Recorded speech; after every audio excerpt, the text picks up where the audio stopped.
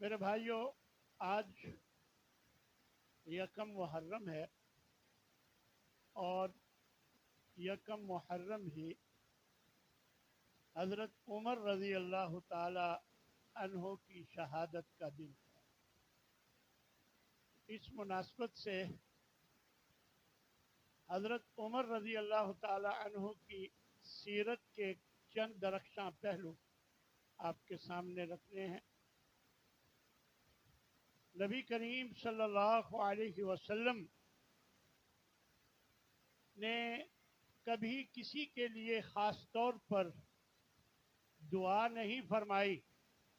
اسلام کے حوالے سے واحد صحابی ہیں حضرت عمر رضی اللہ تعالی عنہ، جن کے اسلام کے لیے نبی کریم صلی اللہ علیہ وسلم نے غلاف کعبہ پکڑ کر دعا فرمائی۔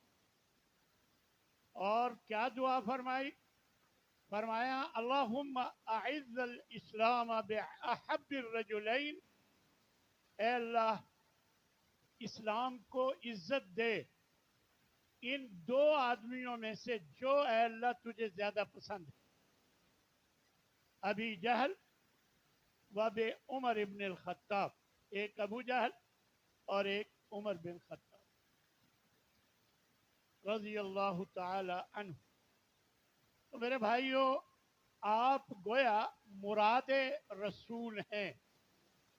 آپ صلی اللہ علیہ وسلم کی خصوصی دعا کے نتیجے میں، آپ صلی اللہ علیہ وسلم کی خصوصی دعا کے نتیجے میں اللہ نے آپ کو اسلام کی دولت سے نوازا۔ پھر اللہ اکبر، علم کا اعزاز آپ کی طرف سے، نبی صلی اللہ علیہ وسلم کی طرف سے آپ کو علم کا اعزاز حاصل ہوا کہ ایک روایت میں حضرت ابن عمر رضی اللہ تعالی عنہ فرماتے ہیں کہ رسول اللہ، ابن عمر رضی اللہ تعالی عنہ فرماتے ہیں کہ رسول اللہ صلی اللہ علیہ وسلم نے ایک مرتبہ فرمایا بین انا نائم، اس دوران کہ میں سویا ہوا تھا، میرے پاس ایک پیالہ لایا گیا، لبن، دودھ سے بھرا ہوا، فشربت منہ، تو وہ پیالہ میں نے اس سے دودھ پیا، حتی انی لأرت ری یحرا فی اظفاری، میں یہ دیکھ رہا تھا کہ تازگی میرے ناخنوں تک جاری ہے، رواں دواں ہے اس دودھ پینے کی وجہ سے۔ ثم اعطیت فضلی، پھر جو بچا ہوا دودھ تھا وہ میں نے دے دیا عمر ابن الخطاب، عمر بن خطاب۔ یہ بات جب آپ صلی اللہ علیہ وسلم نے صحابہ کو سنائی تو صحابہ نے پوچھا یا رسول اللہ فما اولتہ، تو آپ نے اس کی تعبیر کیا سمجھی ہے یا اس کی کیا تعبیر؟ تو آپ نے فرمایا العلم، اس سے مراد علم ہے۔ گویا نبی کریم صلی اللہ علیہ وسلم کی طرف سے اللہ کے حکم سے آپ کی کو علم کا اعزاز حاصل ہوا۔ اسی طرح ایک خواب میں آپ صلی اللہ علیہ وسلم فرماتے ہیں کہ میں نے دیکھا کہ میرے سامنے کچھ لوگ ہیں، ان کی قمیصیں سینے تک ہیں اور کچھ کی اس سے بھی کم۔ میرے سامنے حضرت عمر بھی آئے، میں نے دیکھا کہ ان کی قمیض اتنی لمبی تھی کہ وہ چلتے ہوئے لڑک رہے تھے۔ تو آپ سے پوچھا گیا کہ اس کی کیا تعبیر؟ تو آپ نے فرمایا اس سے مراد دین ہے، کہ دین میں سب سے آگے حضرت عمر رضی اللہ تعالی عنہ. پھر آپ کے اسلام لانے کا جو واقعہ ہے وہ بھی بہت عجیب سا، کہ آپ گھر سے تلوار لے کر نکلتے ہیں اور پوچھنے والے نے پوچھا کہ کہاں کا ارادہ ہے، خیر ہے؟ تو بتانے لگے کہ آج میں نے نبی صلی اللہ علیہ وسلم کو شہید کر دینا ہے، ہر روز کے جھگڑے ختم کرنا چاہتا. تو یہ ساتھی تھے نعیم بن عبداللہ، یہ کہنے لگے عمر پہلے اپنے گھر کو تو سنبھال لو، تمہاری بہن اور بہنوئی بھی مسلمان ہو گئے. تو یہ وہیں سے مڑے اور ان کے گھر آ جاتے ہیں، اور ان کے گھر میں حضرت خباب بھی ہیں رضی اللہ تعالی عنہ، جو انہیں دین کی باتیں بتا رہے ہیں، قرآن کی تلاوت کر رہے. چنانچہ یہ پہنچتے ہیں اور ان کی بہنوئی کی پٹائی شروع کر دیتے ہیں، حتیٰ کہ ان کو نیچے گرا کر اوپر ماری جا رہے.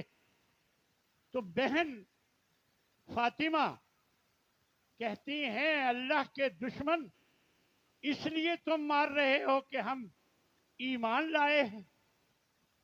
حضرت عمر سوچ بھی نہیں سکتے تھے کہ میری بہن اتنی جرت کے ساتھ مجھے اس طرح کا جملہ بول کر مخاطب ہوگی. فوراً دل نرم ہوا اور اللہ نے ہدایت دی اور لا الہ الا اللہ محمد الرسول اللہ کا کلمہ پڑھ لی. لمبا واقعہ ہے، میں نے اختصار کے ساتھ آپ کے سامنے رکھا. اب سیدھا اپنے ماموں ابو جہل کے پاس گئے. جرت اتنی تھی کہ وہ بھی اپنے قوم کے سردار تھے.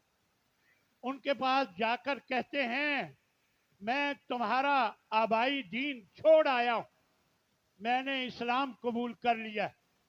یعنی بڑی جرت سے اپنے اسلام کا اظہار کرتے ہیں. اور آپ کا اسلام لانا دنیا میں تو لوگوں کے لیے بہت مفید تھا ہی، آسمان میں اللہ کے فرشتوں نے بھی خوشی منائی. آپ صلی اللہ علیہ وسلم فرماتے ہیں کہ حضرت ابن عباس رضی اللہ تعالیٰ عنہ سے روایت، آپ فرماتے ہیں کہ اتانی جبریل، میرے پاس ابھی جبریل آئے تھے اور وہ مجھے بتا کر گئے ہیں قد استبشر اہل السماء باسلام عمر، کہ عمر کے اسلام لانے پر تمام آسمان والے بڑے خوش ہیں. یعنی گویا اللہ کے فرشتے بھی خوشی منا رہے ہیں. کتنی بڑی یہ سعادت کی بات ہے کہ دنیا میں اسلام لانے والے ایک شخص کی خوشی آسمانوں میں اللہ کے فرشتے منا رہے. اللہ اکبر. اسی طرح اسلام کو آپ کے اسلام لانے سے بہت عزت ملی. حضرت عبداللہ ابن مسعود رضی اللہ تعالیٰ عنہ فرماتے ہیں کہ ما زلنا اعزتا منذ اسلم عمر رضی اللہ عنہ. جب حضرت عمر مسلمان ہو گئے تو ہم سب عزت والے ہو گئے.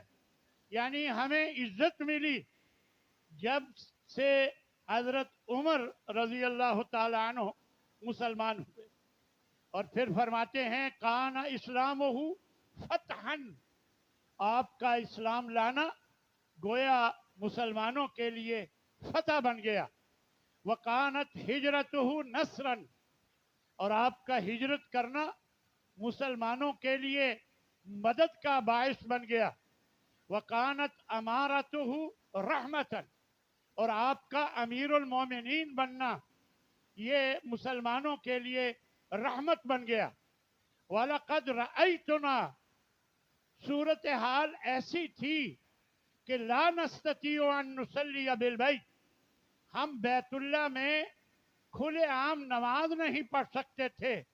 حتیٰ اسلم عمر، جب حضرت عمر اسلام لائے تو ہمیں موقع مل گیا کھلے عام بیت اللہ میں نماز پڑھنے کا. اس سے پہلے مشکلات تھی، رکاوٹیں تھیں، مسائل. تو یہ حضرت عمر رضی اللہ تعالی عنہ کی جرت اور آپ صلی اللہ علیہ وسلم کے ایمان کی مضبوطی تھی کہ لوگ آپ سے گھبراتے تھے، ڈرتے تھے، اور اس وجہ سے مسلمانوں کو آپ کے اسلام کی وجہ سے کافی تقویت ملی. اور اسی طرح آپ صلی اللہ علیہ وسلم نے، ایک حدیث میں آتا ہے کہ حضرت عمر کو سفید لباس میں دیکھا. رأى النبی صلی اللہ علیہ وسلم علی عمر ثوبا ابیض، سفید کپڑا پہنے ہوئے آپ کو دیکھا تو آپ فرمانے لگے البس جدیدا، نئے کپڑے پہنو، وعیش حمیدا، اور دنیا میں ایسے زندہ رہو کہ تمہاری تعریف کی جائے، ومت شہیدا، اور تمہیں موت آئے تو شہادت کی موت آئے. یہ تین جملے نبی صلی اللہ علیہ وسلم نے فرمائے کہ البس جدیدا، آپ نئے کپڑے پہنے، وعیش حمیدا، آپ دنیا میں ایسے رہیں کہ آپ کی تعریفیں لوگ کریں، ومت شہیدا، اور شہادت کی موت آپ کو آئے. چنانچہ یہ ساری باتیں واقعی صحیح ثابت ہوئیں جو نبی صلی اللہ علیہ وسلم نے فرمائی. حضرت عمر فرماتے ہیں کہ ایک مرتبہ میں نبی صلی اللہ علیہ وسلم کی خدمت میں حاضر ہوا، ورسول اللہ صلی اللہ علیہ وسلم فی، کچھ لوگوں کی مجلس میں موجود تھے. فجلست فی آخرہم، میں آیا اور میں سب سے پیچھے بیٹھ گیا، اور مجھے دیکھ کر رسول اللہ صلی اللہ علیہ وسلم فرمانے لگے لا تصیبنکم، لوگو لا تصیبنکم فتنۃ، تم پر کبھی کوئی فتنہ نہیں آئے گا، ما دام ھذا فیکم، جب تک یہ عمر آپ کے اندر موجود ہیں. یعنی جب تک یہ شخص آپ میں موجود ہیں آپ پر کوئی فتنہ نہیں آئے گا. گویا آپ صلی اللہ علیہ وسلم نے یہ بشارت دی کہ آپ قاطع فتنہ، کہ آپ فتنے کو ختم کرنے والے، اللہ کی مدد سے فتنے کو ختم کرنے والے. پھر آپ دعائے رسول اللہ صلی اللہ علیہ وسلم کی خاص دعا ہے جو آپ صلی اللہ علیہ وسلم نے آپ کے لیے کی.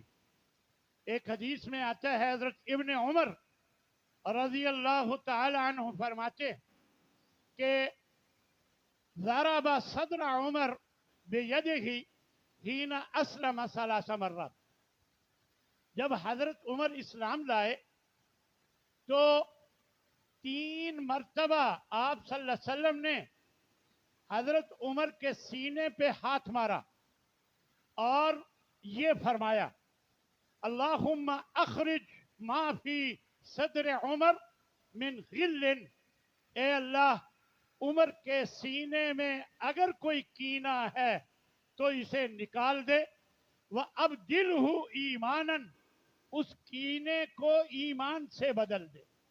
یہ اللہ کے نبی نے خاص طور پر دعا فرمائی تھی. اور آپ کی قدر و قیمت اور فضیلت اس بات سے معلوم ہو سکتی ہے کہ ایک موقع پر آپ صلی اللہ علیہ وسلم نے فرمایا کہ لو کان بعدی نبی لکان عمر بن الخطاب، کہ اگر میرے بعد کسی نے نبی بن کے آنا ہوتا تو وہ عمر بن خطاب ہو سکتے تھے، کیونکہ میرے بعد کوئی نبی نہیں، اس لیے ایسا ہو نہیں سکتا۔ اگر ہونا، اصل میں بتانا یہ مقصود تھا کہ حضرت عمر میں جو صفات ہیں وہ نبیوں والی صفات ہیں، یہ بتانا مقصود تھا کہ آپ کی صفات نبیوں والی صفات ہیں، لہذا میرے بعد اگر کوئی نبی آنا ہوتا تو عمر کو نبی بنایا جاتا۔ اس طرح اللہ کے نبی ایک مرتبہ آپ صلی اللہ علیہ وسلم ایک مرتبہ حضرت عمر رضی اللہ تعالی عنہ سے جب وہ کسی سفر میں جا رہے تھے فرمانے لگے، یا اخی، اے میرے بھائی، اشرکنا فی صالح دعائی کا فلا تنسانا، اپنی نیک دعاؤں میں ہمیں بھی یاد رکھنا اور ہمیں بھولنا نہ۔ یعنی گویا اللہ کے نبی حضرت محمد صلی اللہ علیہ وسلم اپنے لیے حضرت عمر سے فرما رہے ہیں کہ ہمیں بھی اپنی دعاؤں میں شریک رکھنا۔ اور ایک موقع پر نبی صلی اللہ علیہ وسلم نے یہ فرمایا کہ ان اللہ تعالی جعل الحق علی لسان عمر وقلبہ، اللہ تعالیٰ نے عمر کی زبان اور ان کے دل پر حق کو جاری کر دیا، حق کو پکا کر دیا۔ ان کی زبان پر بھی جو نکلتا ہے حق نکلتا ہے، اور ان کے دل میں بھی جو کچھ آتا ہے وہ حق ہوتا ہے۔ تو یہ نبی صلی اللہ علیہ وسلم نے احمد کی یہ روایت۔ اسی طرح حضرت ام سلمہ سے ایک روایت آتی ہے کہ آپ صلی اللہ علیہ وسلم نے فرمایا کہ ان فی السماء ملکین، آسمان میں دو فرشتے ہیں، یأمر احدہما یأمر بالشدۃ وآخر یأمر باللین، ان دونوں میں سے ایک سختی کے ساتھ حکم دیتا ہے اور ایک نرمی کے ساتھ، وکل مصیب، دونوں درست ہے، جبریل و میکائیل، ایک جبریل اور ایک میکائیل، و نبیانی، اور دو نبی ہیں، احدہما یأمر باللین، ان دونوں میں سے ایک تو نرمی سے حکم دیتا ہے، والآخر بالشدہ، اور دوسرا سختی سے، وکل مصیب، اور ہر ایک جو ہے وہ درست ہے، ٹھیک ہے، ابراہیم و نوح علیہم السلام۔ فرمایا ولی صاحبان، اور میرے دو ساتھی، احدہما یأمر باللین، ان میں سے ایک نرمی سے حکم دیتا ہے، والآخر بالشدہ، اور دوسرا شدت سے حکم دیتا ہے، وکل مصیب، اور ہر دونوں ٹھیک۔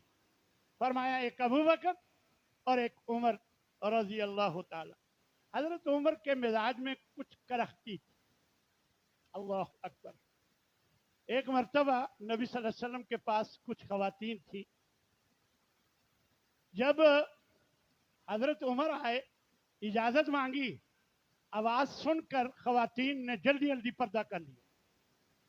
حضرت عمر آئے تو دیکھا کہ وہ جلدی جلدی پردہ کر رہی، تو آپ نے فرمایا یا رسول اللہ، ان کو مجھ سے زیادہ آپ سے ڈرنا چاہیے، یہ مجھے دیکھ کر پردہ کر رہی، آپ سے زیادہ ڈرنا چاہیے۔ اور پھر عورتوں سے مخاطب ہو کر کہنے لگے، اللہ کی دشمنوں، تمہیں اللہ کے نبی سے میری نسبت زیادہ ڈرنا چاہیے۔ تو وہ کہنے لگی کہ ہاں، لیکن آپ بڑے سخت مزاج ہیں، اس لیے ہم آپ سے ذرا ڈرتے ہیں۔ تو نبی صلی اللہ علیہ وسلم نے فرمایا، عمر، دراصل جس راستے پر تو جاتا ہے شیطان وہ راستہ چھوڑ جاتا ہے، یعنی شیطان بھی تجھ سے ڈرتا ہے، شیطان بھی وہ راستہ چھوڑ جاتا ہے۔ یہ حضرت عمر کے مزاج میں دین کی سختی اللہ نے رکھی ہوئی تھی۔ خیر، حضرت عمر بن خطاب رضی اللہ تعالی عنہ کی بات سے اللہ نے بھی کئی مرتبہ موافقت کی. خود حضرت عمر فرماتے ہیں, کئی احادیث ہیں, ایک حدیث میں حضرت عمر فرماتے ہیں کہ وافقت ربی فی ثلاث, 3 چیزوں میں نے اپنے رب کے ساتھ موافقت کی. قلت یا رسول اللہ, ایک موقع پر میں نے کہا کہ اے اللہ کے رسول, لو اتخذت من مقام ابراہیم مصلی, کیا ہی اچھا ہو کہ آپ مقام ابراہیم کو نماز کی جگہ بنا لیں. تو اللہ نے یہی انہی الفاظ میں آیت اتار دی کہ واتخذوا من مقام ابراہیم مصلی, یعنی اسی مناسبت سے اللہ نے انہی الفاظ میں آیت اتار دی. اور ایک مرتبہ میں نے کہا اے اللہ کے رسول, یدخل علیک البر والفاجر, کہ اے اللہ کے رسول آپ کے پاس کبھی کوئی نیک آتا ہے, کوئی بد آتا ہے, ہر قسم کے لوگ آتے ہیں. ابھی پردے کا حکم نازل نہیں ہوا تھا, تو آپ کیوں نہیں حکم دے دیتے امہات المومنین کو یحتجبنا, کہ وہ پردہ کیا کریں. فنزلت آیت الحجاب, اس کے نتیجے میں اللہ نے حجاب کی آیت اتار دی. اسی طرح تیسرے نمبر پر تمام نبی صلی اللہ علیہ وسلم کی ازواج جمع ہوئی اور مقابلے بازی میں مختلف باتیں کرنے لگی, جس سے آپ صلی اللہ علیہ وسلم کو مختلف مطالبے کرنے لگی. آپ صلی اللہ علیہ وسلم کو بڑی تکلیف ہوئی, تو حضرت عمر ان سے مخاطب ہو کر کہنے لگے, سن لو, عسا ربہ, قریب ہے کہ اس کا رب, ان طلقکن, کہ آپ کو اگر وہ طلاق دے دیں, تمہیں اگر نبی طلاق دے دے, وَأَن يُبْدِلَهُ أَزْوَاجًا, کہ ان کو اللہ تمہاری بجائے اور بدلے میں اچھی بیویاں دے دے, خیرا منکن, جو تم میں سے زیادہ بہتر, اگر وہ تمہیں طلاق دے دے. تو انہی الفاظ میں اللہ نے آیت اتار. تو اس کے علاوہ بھی کئی موقعوں پر اللہ کا قرآن نبی صلی اللہ علیہ وسلم پر حضرت عمر کی تائید میں, کہی ہوئی بات کی تائید میں اللہ نے قرآن اتار. ایک موقع پر نبی صلی اللہ علیہ وسلم نے فرمایا, لا یؤمن احدکم حتی اکون احب الیہ من والدہ وولدہ والناس اجمعین, تم مومن نہیں بن سکتے. سارے لوگ موجود تھے, آپ صلی اللہ علیہ وسلم فرمانے لگے کہ تم اس وقت تک مومن نہیں بن سکتے کہ جب تک تم اپنی اولاد سے, اپنے ماں باپ سے, سب لوگوں سے زیادہ مجھ سے محبت نہ کرو. یہ بات سن کر حضرت عمر فرمانے لگے, یا رسول اللہ, آج سے میں اپنی اولاد سے, اپنے والدین سے, سب لوگوں سے زیادہ آپ سے محبت کرتا ہوں سوائے اپنی جان. کھل کر صحیح بات. تو آپ صلی اللہ علیہ وسلم فرمانے لگے کہ عمر, بات نہیں بنتی جب تک اپنی جان سے بھی زیادہ مجھ سے محبت نہ کر. پھر فوراً کہنے لگے کہ یا رسول اللہ, اپنی جان سے بھی زیادہ میں آپ سے محبت کرتا ہوں. یعنی یہ تھا نبی صلی اللہ علیہ وسلم پر اپنی جان نثار کرنے کے لیے تیار حضرت عمر رضی اللہ تعالی عنہ کا کردار.